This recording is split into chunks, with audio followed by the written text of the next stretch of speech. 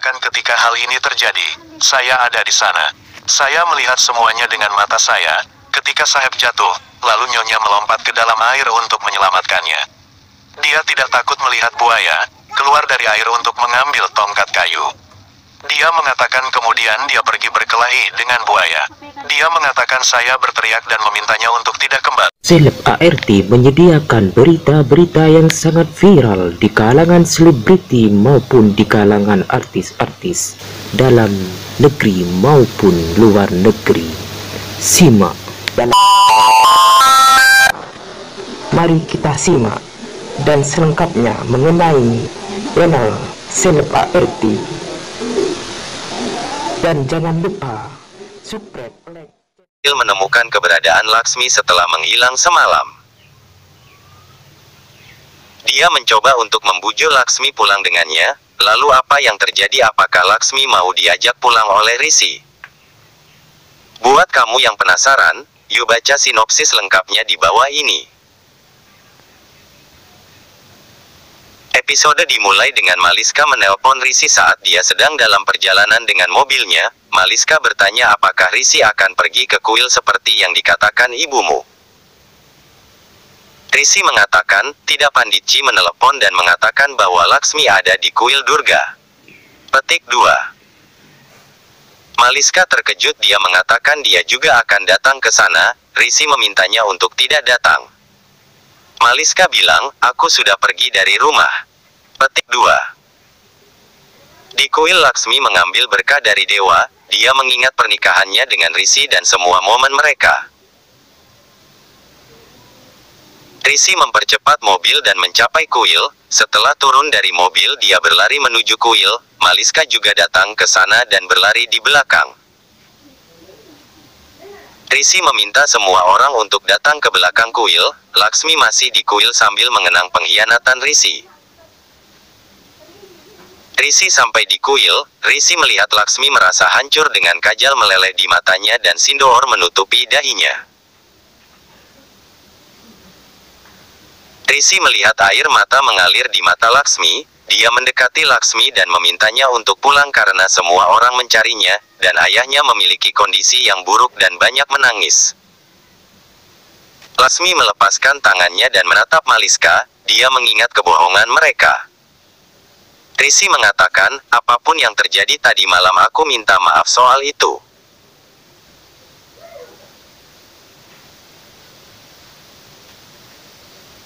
Pernikahan dengan Maliska, aku mengerti bahwa aku menikah dengan orang yang salah. Petik 2. Baca juga, Gubernur Bali jadikan LSPR mitra strategi pengelolaan reputasi, atasi masalah Wisman dengan pendekatan. Aku memiliki kepercayaan buta padamu, Maliska, dan kalian berdua membodohiku. Petik 2. Maliska melihat Rishi menangis, dia juga melihat Laksmi menangis. Rishi berkata, Laksmi, apapun yang kau katakan benar, ayo kita pulang dan berbicara di rumah. Petik 2.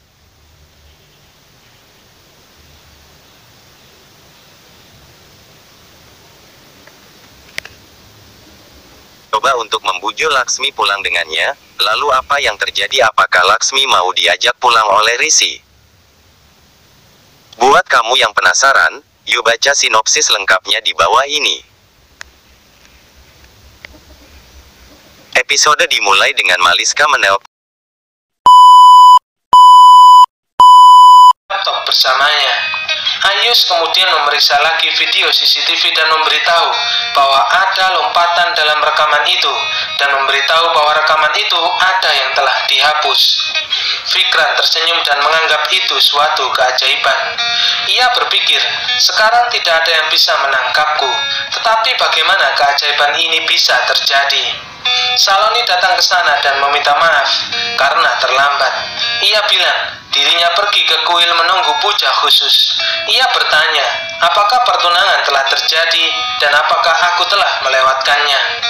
Anjana mengatakan, pertunangan ini tidak akan terjadi karena Rishi telah menuduh Fikran berselingkuh. Saloni mengatakan, aku dapat menjamin bahwa Fikran tidak dapat berselingkuh. Apakah seseorang membuat bukti palsu tentang itu? Risi kemudian berpikir, bagaimana rekaman itu bisa terhapus.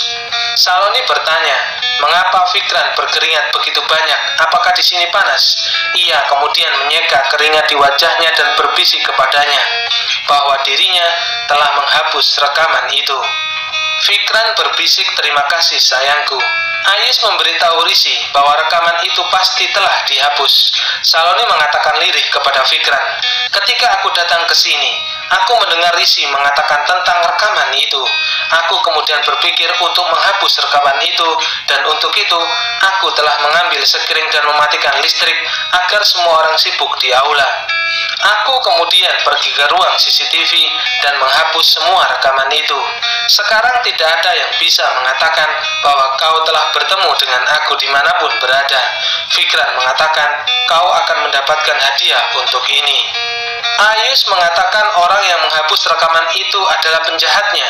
Fikran kemudian memintanya untuk tidak menyalahkannya. Risi bertanya, siapa yang harus disalahkan? Penjahat harus ditangkap. Fikran mengatakan, aku tidak kemana-mana, lalu bagaimana aku bisa menghapus video itu? Tuhan tahu mengapa kau melakukan ini, Risi. Fikran lalu bertanya kepada Nilam, mengapa Risi selalu menuduhku? Mengapa ia ingin membuktikan bahwa aku buruk di depan semua orang? Nilam marah kepada Risi dan mengatakan sekarang dirinya tak ingin ada pertengkaran dan meminta Fikran untuk segera membuat Laksmi memakai cincin itu sekarang. Saloni kemudian memberikan cincin kepada Fikran untuk Laksmi. Fikran membuat Laksmi memakai cincin itu dan meminta Risi segera memberikan cincin kepada Laksmi untuk pertunangan dirinya. Nilam kemudian meminta Risi memberikan cincin itu kepada Laksmi. Karisma memintanya untuk menganggapnya sebagai hukuman karena telah menuduh Fikran. Ayus berpikir itu lebih dari hukuman untuk Risi karena ia sangat mencintai Laksmi dan tidak ada hukuman yang lebih berat daripada itu. Risi tidak berdaya dirinya. Laksmi adalah kedamaianmu, ingin menikahinya. Pikiran Risi mengingat perkataan itu padanya berkali-kali dan mengenang momen romantis mereka. Hatinya mengatakan, jika kau mencintai Laksmi, maka cintamu akan menyelamatkannya dari setiap masalah dan kesulitan. Risi menjadi sadar, aku bisa saja meninggal, tetapi Laksmi selalu menyelamatkanku. Itu karena cintanya. Kau mencintainya, Risi, dan kau harus menerima. Dia bertanya, sampai kapan kau membutuhkan bukti? Lihatlah, kau menangis untuknya sekarang. Berbahagialah untukmu juga bertarung dengan dunia untuknya. Bahkan kau melawan ibumu sendiri. Jantungmu berdetak untuknya dan kau siap untuk memberikan nafasmu kepadanya. Lihatlah dirimu sendiri dan berpikirlah. Pikirannya kemudian melihat foto-foto itu. Hatinya mengatakan, kau mencintai Laksmi. Pikiran Risi mengatakan, aku mencintai Laksmi. Hatinya kemudian memintanya untuk berkata dengan lantang. Pikiran Risi lalu mengatakan, aku mencintai Laksmi. Risi membuka matanya sambil duduk di bangku. Aku menyadari bahwa aku benar-benar mencintai Laksmi. Ia berterima kasih kepada Tuhan karena membuka hati dan pikirannya bahwa ia telah mencintai Laksmi. Selama ini semua orang mengatakan, aku mencintai Laksmi, tetapi aku tidak mendengarkannya. Selama ini aku tidak bisa memberitahu Laksmi karena aku sendiri belum menyadarinya. Tetapi sekarang aku menyadari bahwa aku mencintai Laksmi. Aku mencintai Laksmi. Aku tidak akan membuang waktu dan akan memberitahunya kepada Laksmi bahwa aku mencintainya. Risi terlihat bahagia. Risi saat itu kemudian menemui Laksmi. Risi mengatakan kepada Laksmi bahwa ia takut saat melihat Laksmi jatuh pingsan dan pergi ke kuil untuk mendoakannya. Ia membawakan tilak untuknya, lalu aku mengoleskannya ke dahimu. Di sana aku bertemu dengan seorang pria dan menyuruhku untuk menerapkan tilak di dahimu. Risi menambahkan, aku merasa malu dan hari ini aku melihat hati dan pikiranku berdebat dan ternyata hatiku telah menang. Ini suatu kebenaran. Aku tidak bisa melihat kebenaran itu selama ini dan tidak bisa memahami semua kesalahpahaman itu. Namun sekarang aku telah mengerti tentang kesalahpahaman itu. Jadi sekarang aku tahu siapa yang aku cintai dan orang yang aku cintai adalah dirimu. Risi mengatakan, aku sangat mencintaimu. Aku benar-benar mencintaimu. Risi terus mengakui cintanya berulang kali.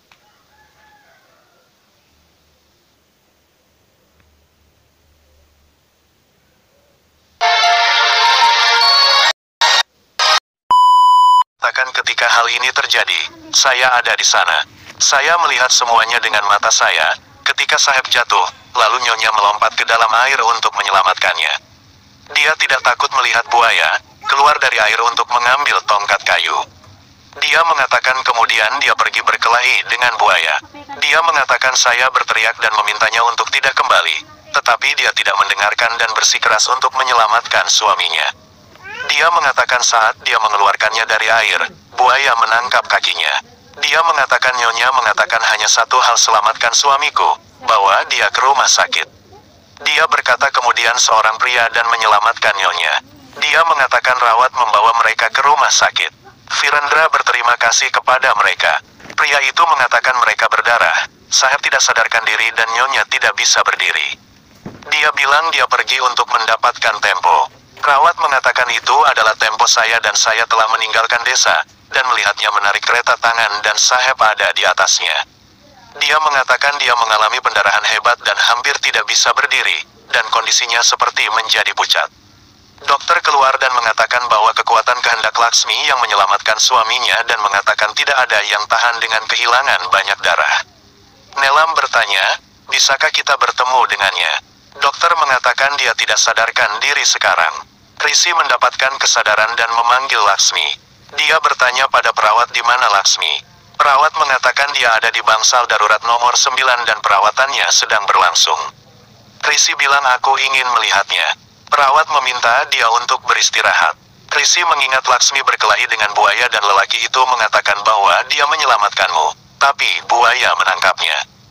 Dia mencoba keluar dengan kaki terluka. Nelam mengatakan bahwa Laksmi menyelamatkan nyawa Risi. Jika dia masih hidup maka karena Laksmi lagi anak kami. Dia bilang aku sudah memberitahumu bahwa ada bahaya pada Risi dan melihat kami benar. Dia mengatakan ya. Dia memintanya untuk tidak bersikap seperti papa. Dia bilang aku memberitahumu Mumiji dan Karisma, bahwa aku merasakan sesuatu yang salah akan terjadi dengan Risi dan tidak ada yang mempercayaiku. Dia bilang kamu pergi ke papa dan menceritakan semuanya padanya. Kami harus mendengar banyak darinya. Dia berkata kita posesif dan memiliki keyakinan buta, dan tidak akan terjadi apa-apa pada Risi. Dia bilang tidak ada yang percaya padaku. Virendra bilang aku setuju dengan ucapanmu. Dia bilang dia tidak setuju saat kami membawa kembali Risi ke Pandit Badrinath.